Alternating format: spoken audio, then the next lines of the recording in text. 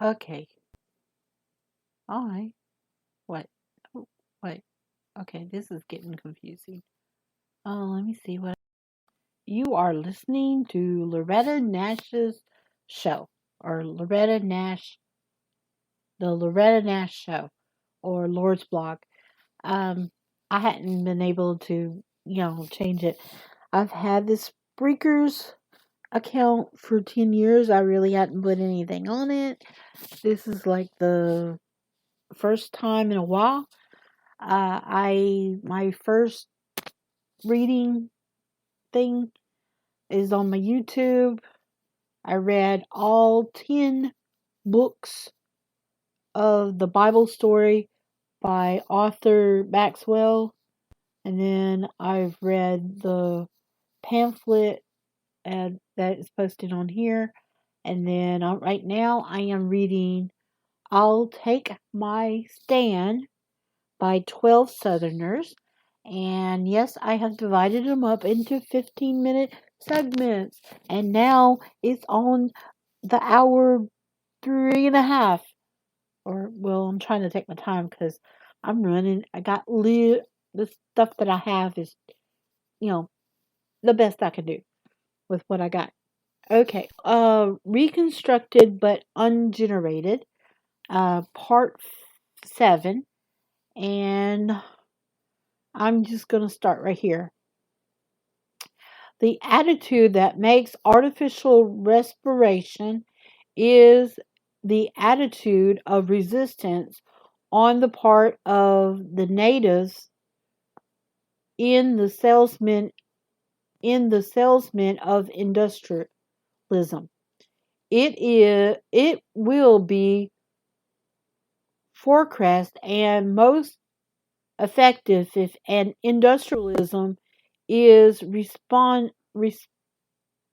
represented to the Southern people as what is undoubtedly for the most part a foreign invasion, of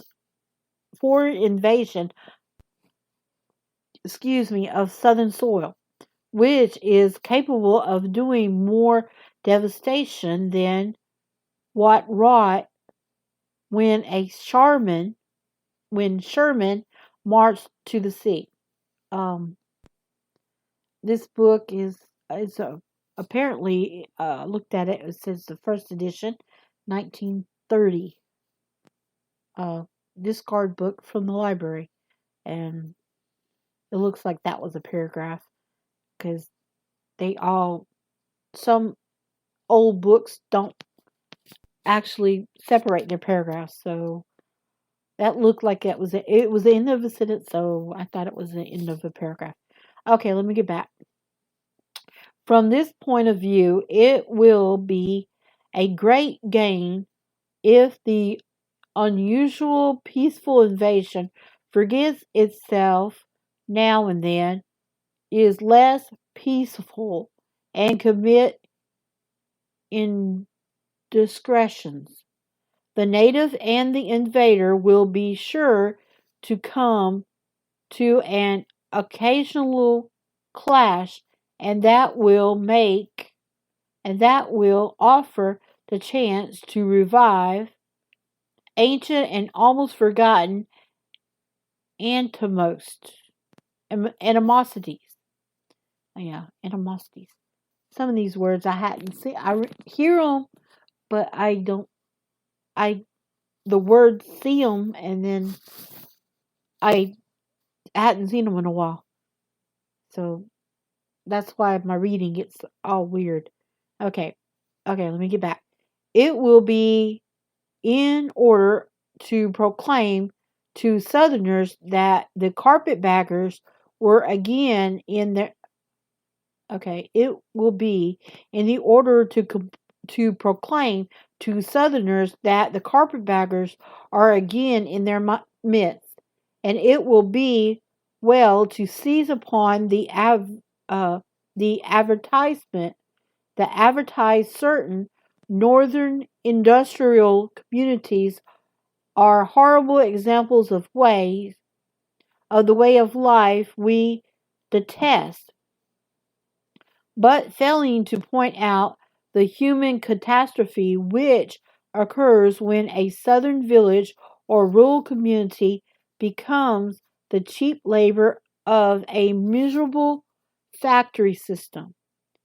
It will be a little bit harder to impress the people with the fact that the new so-called industrial slavery fastens not only upon the poor, but upon the middle and better classes of society too.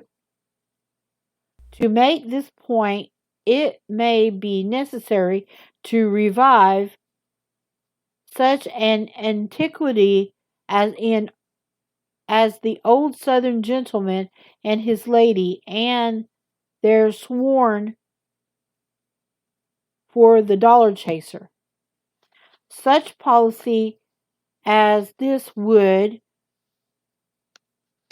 decidedly a sense of what the Germans call Realpolitik. Realpolitik. Politic. Realpolitik. Weird word. Okay? It could be nasty and it could be effective. It net results might be to give to the South eventually a position in the Union analogous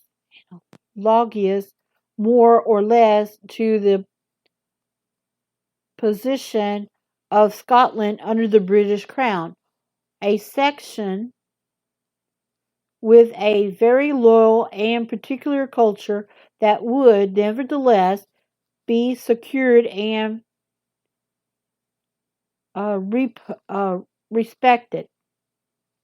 And Southern traditionalists may take courage from the fact that it is Scottish stubbornness which obtained this position from Scotland, for Scotland. It did not come gradually, gratuitously. Yeah, I watched the thing, and family in the South, Scots are in here too. Okay, it was the coincidence of the intense sectionalism that fought. Oh, it is me that makes that noise. That fought for a good many years before its fight was won. Um, there is one policy, though. It is not only one. It may be necessary to employ it with discretion and to bear in mind its Scottish analog. Antilogue. But it is hardly handsome enough for the best Southerners. Its methods are too easily abused. It to offers too much room for the professional demagogue. Demagogue. And one would only as a last resort like to have the South stake upon its whole challenge stake upon her whole challenge of survival. After all, the reconstruction may be undertaken with with some imagination, and not necessarily under the formula of the literal restoration. It does not generally matter to what extent the individual features of the old Southern establishment are restored. The important consideration is that there be an establishment for the sake of stability. Okay. Almost at the end. The other course may not be so easily practicable, but it is certainly more statesmanlike. That course is for the South to re-enter the American political field with, yeah, political field with the determination and an address quite beyond anything she has established during her half-hearted nation life of the last half century. Yeah, this is 1930s, so in the Southerners, yeah, we had Texas, and yeah, we had Southerners. Maybe they did do it. Okay. And this means specifically that she may pool her own stakes with the stakes of other minority groups in the Union, which are circumstanced similarly. There is an active American policy already to start with a very belligerent, if somewhat uniformed Western arrogant party. Between this party and the South, there is much community of interest.